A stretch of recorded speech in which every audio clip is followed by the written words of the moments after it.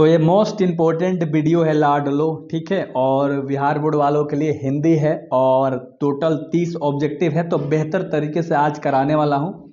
आराम से देखिएगा क्योंकि सारे चैप्टर से इंक्लूडेड है, ठीक है। तो मतलब सारे चैप्टर से निकाला गया है लाडलो। तो सबसे पहला सवाल है कि उसने कहा था किस प्रकार की कहानी है।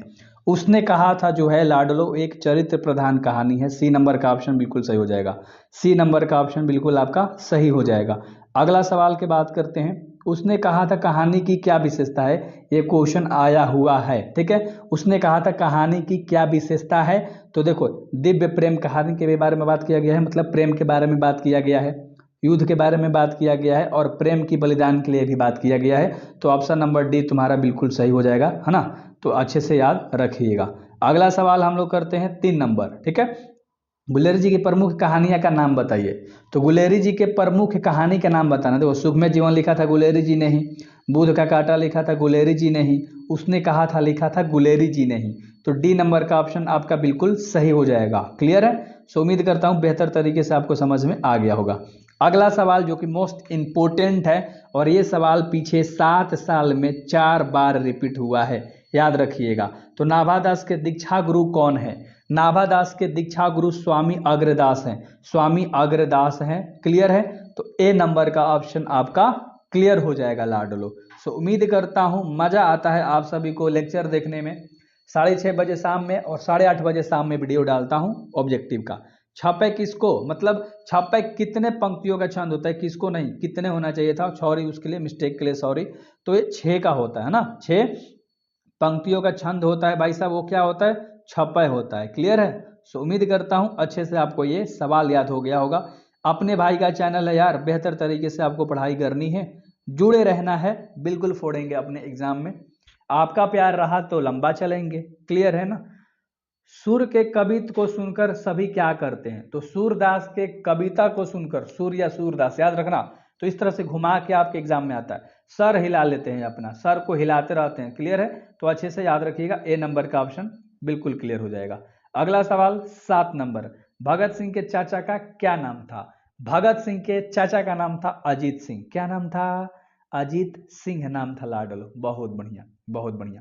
अगला सवाल जो कि 8 नंबर का सवाल है कि भगत सिंह प्रभावित थे। भगत सिंह प्रभावित थे कॉर्ल मार्क्स से। किससे, कॉर्ल मार्क्स से, है ना, प्रभावित थे कौन, भगत सिंह। अगला सवाल 9 नंबर का सवाल करेंगे। गणेश शंकर विद्यार्थी किस पत्र संपादन करते थे, मतलब किस चीज का। तो अच्छे से याद रखना, जो गणेश शंकर प्रसाद थे वो किस पत्र का संपादन करते थे लाडलो। तो वो करते थे प्रताप का। डी नंबर का ऑप्शन बिल्कुल सही हो जाएगा, ठीक है। प्रताप पत्र का संपादन गणेश शंकर करते थे। ज्ञानेंद्र पति की रचना एक चक्र नगरी क्या है। ज्ञानेंद्र पति ने एक चक्र नगरी को लिखा है, तो ये क्या है। तो ये जो है एक काव्य रचना है। ये क्या है, एक काव्य रचना है। क्लियर है, एक काव्य रचना है ना। आगे सवाल के ऊपर हम लोग बात करते हैं 11 नंबर। उम्मीद करता हूं कि 10 क्वेश्चन में अभी तक आपको 8 क्वेश्चन आ गया होगा, 6 आ गया होगा, किसी किसी को 10 में 10 आ गया होगा। कौन सी रचना ज्ञानेंद्र पति की नहीं है, कौन सी रचना ज्ञानेंद्र पति की नहीं है। तो देखो, संस्यात्मा, है ना, और भीपसागर या कवि ने कहा, ये सब तो है लेकिन थोड़ी सी जगह नहीं है। तो ऑप्शन नंबर डी बिल्कुल सही हो जाएगा क्योंकि नहीं पूछ रहा है। अगला 12 नंबर का सवाल है कि कौन सी रचना ज्ञानेंद्र पति की है। अब यहां पर पूछ रहा है कि ज्ञानेंद्र पति के द्वारा कौन सी रचना किया गया है। तो देखो, गंगा तट, ठीक है। क्या मेरे भाई, सी नंबर का ऑप्शन याद रख लेना, गंगा तट है, बाकी कोई भी नहीं है, ठीक है। सो उम्मीद करता हूं भाई साहब ये रिपीटेड सवाल है जो आपके एग्जाम में बहुत बार पीछे आया है, तो इसलिए बेहतर तरीके से करा रहा हूं। अगला सवाल देख लो। रघुवीर सहाय ने दिनमान समाचार साप्ताहिक में 1979 से 1982 तक किस रूप में कार्य किया था। यानी 3 साल काम किए थे रघुवीर सहाय दिनमान समाचार साप्ताहिक पत्रिका में। तो मेरे भाई इसका जो आंसर होगा वो क्या होगा, अच्छे से बताना है। प्रधान संपादक पूरा नाम था। क्लियर है। तो प्रधान संपादक के रूप में काम किया था, है ना। चलो, तो बेहतर तरीके से आपको याद हो गया होगा। अगला जो 14 नंबर का सवाल है। रघुवीर सहाय 20वीं सदी के उत्तरार्ध के एक प्रमुख एवं महत्वपूर्ण कवि रहे हैं, और उसके साथ साथ वो क्या थे, तथा पूछ रहे, तथा हैं, यानी कि महत्वपूर्ण भाई साहब वो कवि तो थे, याद रखना, लेकिन उसके साथ साथ क्या थे, तो पत्रकार थे, कवि के साथ पत्रकार, ए नंबर का ऑप्शन बिल्कुल आपका सही हो जाएगा। क्लियर है। अगले सवाल के ऊपर बात करेंगे। 15 नंबर सवाल कह रहा है कि रघुवीर सहाय किस सप्तक में एक कवि के रूप में शामिल हुए थे। रघुवीर सहाय किस सप्तक में एक कवि के रूप में शामिल हुए थे, तो शामिल हुए थे दूसरा सप्तक में, है ना। कौन से सप्तक में, दूसरा सप्तक में, डी नंबर ऑप्शन सही है। डी नंबर का ऑप्शन आपका बिल्कुल सही है। अगला सवाल, शीतोषण में समास है, तो शीतोषण में जो शीतोषण में जो आपका समास है लाडलो है द्वंद्व समास, है ना। कौन सा, द्वंद्व समास, ए नंबर का ऑप्शन राइट हो जाएगा। ये सवाल देखो मोस्ट इंपोर्टेंट है ना, याद रख लेना, ठीक है। चौवत्री में समास है, ये याद रखना, 17 नंबर, ठीक है। 17 नंबर का सवाल है, तो ये द्विगु समास है। कौन सा, द्विगु समास। क्लियर है, अच्छे से याद हो गया। चलो, तो एक एक क्वेश्चन को अच्छे में देखना, है ना।